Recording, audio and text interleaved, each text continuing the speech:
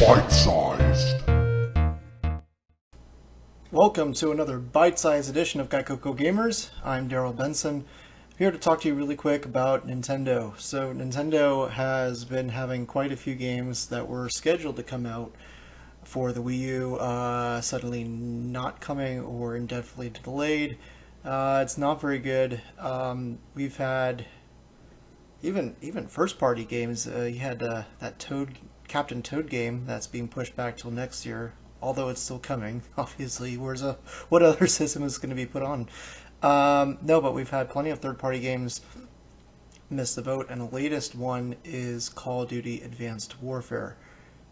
No, not advanced like Game Boy Advanced, although that would be really cool to be able to play that game on the Game Boy Advance.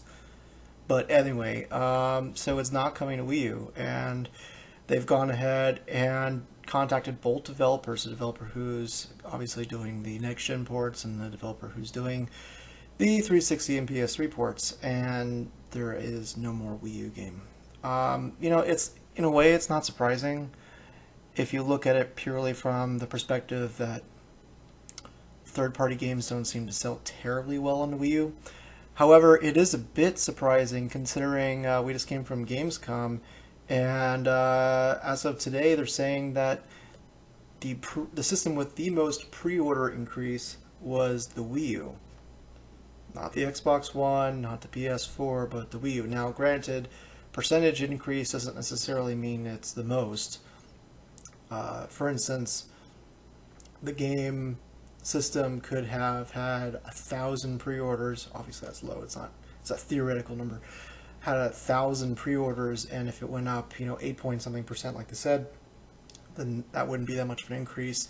And you know, if the Xbox One only went up 2-point-something% like it did, but it had 1 million pre-orders, then obviously it's still in a better situation than Wii U, despite having a smaller number. That being said, though, the Wii U's perception has definitely been turning around. Its sales in Japan, at least, are phenomenal, beating out the likes of the PlayStation 3 and the PlayStation 4, and most of the time the PlayStation Vita, except for the last month. Isn't that such a strange little island where the Vita is not only not dead, but is the second best selling system or handheld in Japan as of last month? In America, you can't even find the system in department stores or gaming stores like GameStop. In fact, the last place I went to where I went to the Vita section was my local GameStop, and they had it delegated to the side of one of those wire racks where they put the discount stuff, and there was 2 ends, and one was original Nintendo DS and the other one was Vita. No systems, just some old games at discount prices, although not like uber cheap, but and that was it. You know, 3DS had its section on the wall, just like Xbox One, PlayStation 4, and even Wii U, but the Vita not so much. But anyway, we're here to talk about Nintendo. So what does this mean for Nintendo? You know, for the first time, they're not getting games that are on everything, and my cat has decided to go into my entertainment console and chew on my crap. Thanks for knocking over my import Dreamcast games. Anyway, so Nintendo, even with the GameCube, which was definitely probably its last failure, if you want to call it that, despite the fact that many people don't know this, sold pretty much just as well as the original Xbox. Can't say Xbox One anymore. No, I hate that. Anyway, but so the GameCube though had the Call of Duty games. I don't know if you remember that far back, kids, but we're talking about like Call of Duty, Big Red 1, the old ones. And while it didn't have the best of third-party support, there were a couple of key titles. For instance, the game that made me buy an original Xbox back in the day was Star Wars Battlefront 2, which that game did not come to the GameCube despite coming to Xbox and PlayStation 2. You know, so Nintendo's always had some third-party issues, but not to this extent. You know, back in the GameCube days, while not all, most third-party multi-plat games were released for it. They might not have performed as well, obviously, as on the PS2, but they still did well, and in the off chance, sometimes they sold better. You had games like Soul Calibur 2, which sold the best out of all three versions, and you had games like Beyond Good and Evil that sold really, really well, despite being on arguably the inferior console, not graphically. That's another thing people don't know, is the GameCube was much more powerful than PS2. That's another story again. So what does this mean for Nintendo? Well, Nintendo's been trying to shrug this off as of late, as this is no big deal. We have games coming. Okay, true. You have Smash Brothers and Bayonetta, and it was just in my head, a Hyrule. And, you know, there are games coming, but how many of those are multi-plats? How many of those are truly third-party? I'm not talking about collaborations with Koei, with the Warriors series, or, with Capcom, with Mega Man and Smash Brothers and that type of stuff. I'm not talking about that at all. I'm talking about actual third-party games, actual multi-plats. EA is no longer making their sports titles on the Wii U. It seems like Ubisoft has been pulling almost every single game away. Watch Dogs, for instance, has been pushed back to next year, which I don't have a lot of faith that it's going to actually come out, but let's face it, even if it does come out, how many of you are going to want to play an arguably overhyped game next year when you can find it for any other system for at least half price? It's not going to be worth $60 unless $50 unless $40 in 2015. Let's just be honest. So right now Nintendo really needs to go ahead and do some stuff. And while it's great that they're selling systems, and while it's great that the interest is definitely higher this year than 2013, and it's great that they're actually releasing first-party games as opposed to sitting on the sidelines and praying to God that third-party support was. And in fact, that was one of the biggest problems with the Wii U originally, is that they publicly stated, we're not going to really make much of anything at first. We're going to let third parties go in there. This is all you. We're going to make the Wii U the third-party system of choice, blah, blah, blah, blah, blah. Except no one really made any games past the initial batch of titles like Mass Effect and Rayman, because number one, they didn't sell, and number two, most importantly, the system's not powerful enough in order to conveniently put ports of next-gen games on it. Now, I still think it's a kind of a bit BS when you have games like Call of Duty Advanced Warfare, which are technically on a 360 and PS3, not getting a Wii U port. I think that's kind of bullcrap, because it really would not require that much effort, and the Wii U already has a first-party title, which is Donkey Kong Tropical Freeze, which doesn't use a gamepad at all. It's literally a black screen. So, even if they're too lazy to come up with any custom features that take advantage of the screen, just make it work. But they didn't. They just didn't figure it was worth their time. In fact, the developers actually came forward and said, it's not our fault, it's the publisher's fault, so, thanks, Activision. Idiots. Honestly, if it wasn't for you guys bringing out Destiny, which I love, I would give you a lot more crap than that. But seriously, that is a dumb decision. I don't get it. I understand, right now it's all Nintendo Wii U hate. Unfortunately, I guess that's popular right now, although things are turning around. But, it's still sad. I know that companies don't have biased sides and point of views most of the time, but, at the same time, while they're supposed to be all about profits, sometimes they do kind of show their inner opinions about systems and companies.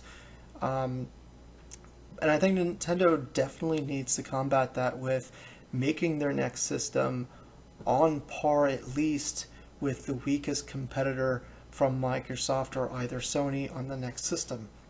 Not because graphics are important, not because it's all about graphics. In fact, the GameCube had fantastic graphics and fantastic gameplay. You can have both, and that's something I really hate when Nintendo fanboys go ahead and say, oh, it's gameplay over graphics, gameplay over graphics. Of course it is, but it doesn't mean you can't have both, and Nintendo has proven in the past that they're capable of having both with the Nintendo 64, and with the NES, and with the Super Nintendo, and with the GameCube. In fact, it was only starting with the original Wii did Nintendo start making crap old hardware. And while that works for portables, because companies don't want to go ahead and put a lot of money into a portable game in order to maximize the profits. When it comes to console games, you have two other competitors that are actually popular as opposed to like the Vita or the PSP, which were not.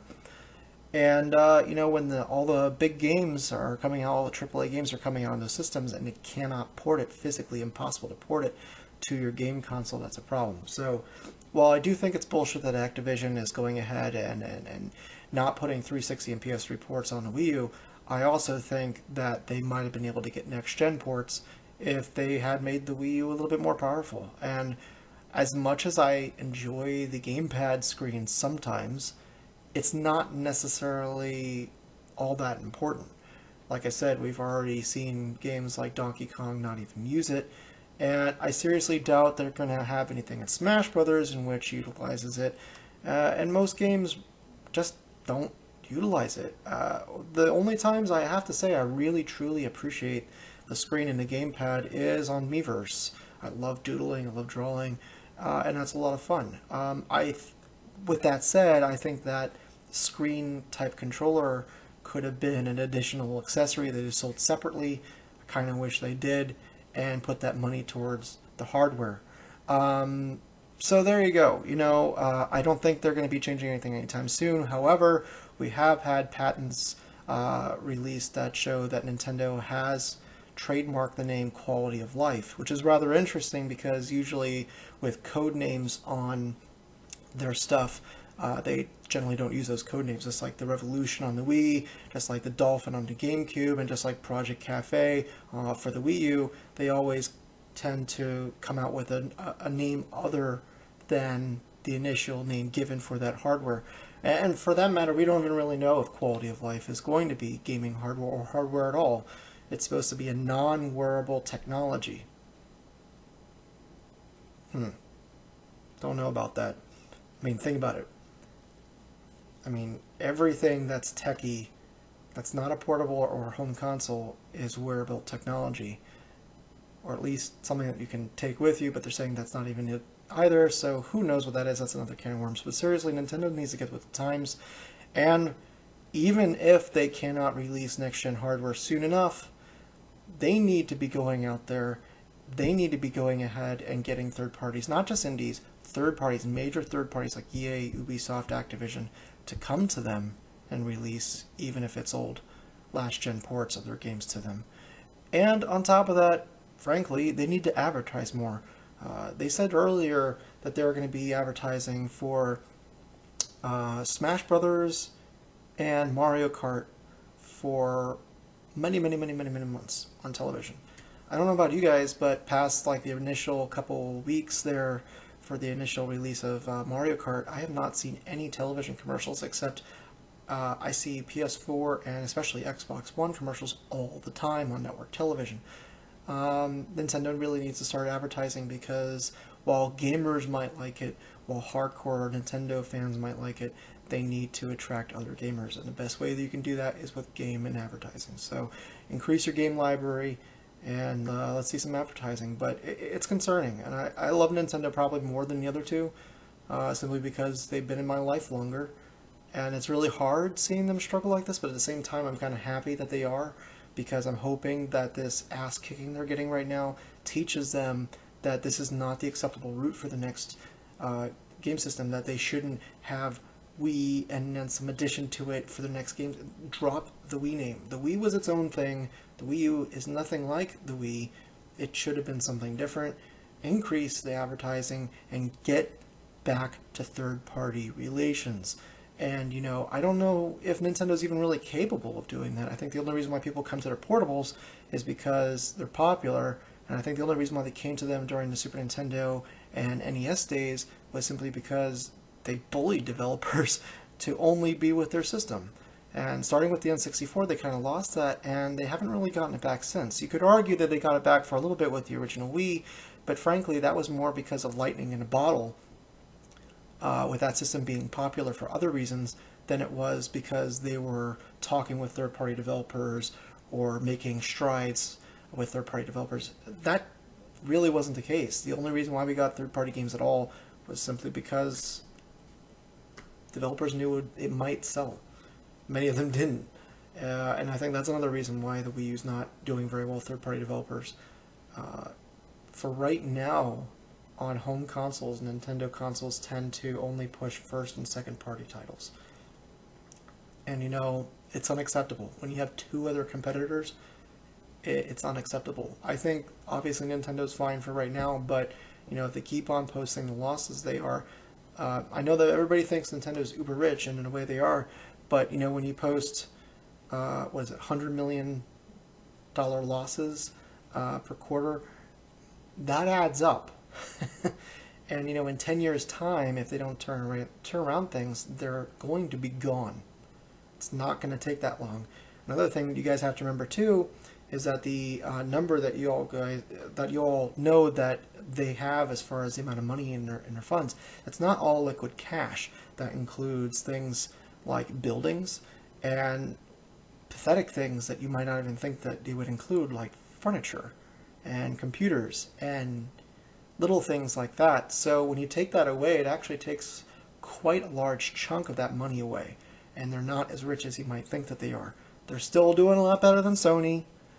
Sony's in the worst trouble compared to Nintendo and Microsoft. They're really screwed right now, and that might be another video I do on another time. But with all this negative Nintendo news coming out, with game releases not coming to it, you can't help but focus on them first, because at the end of the day, it's all about games.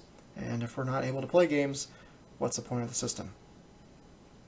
So until then, I'm Darryl Benson. Check us out on our next episode, which should be today. We're releasing 3 videos today if we can. We've been having some upload troubles, of Bytesized. See you then.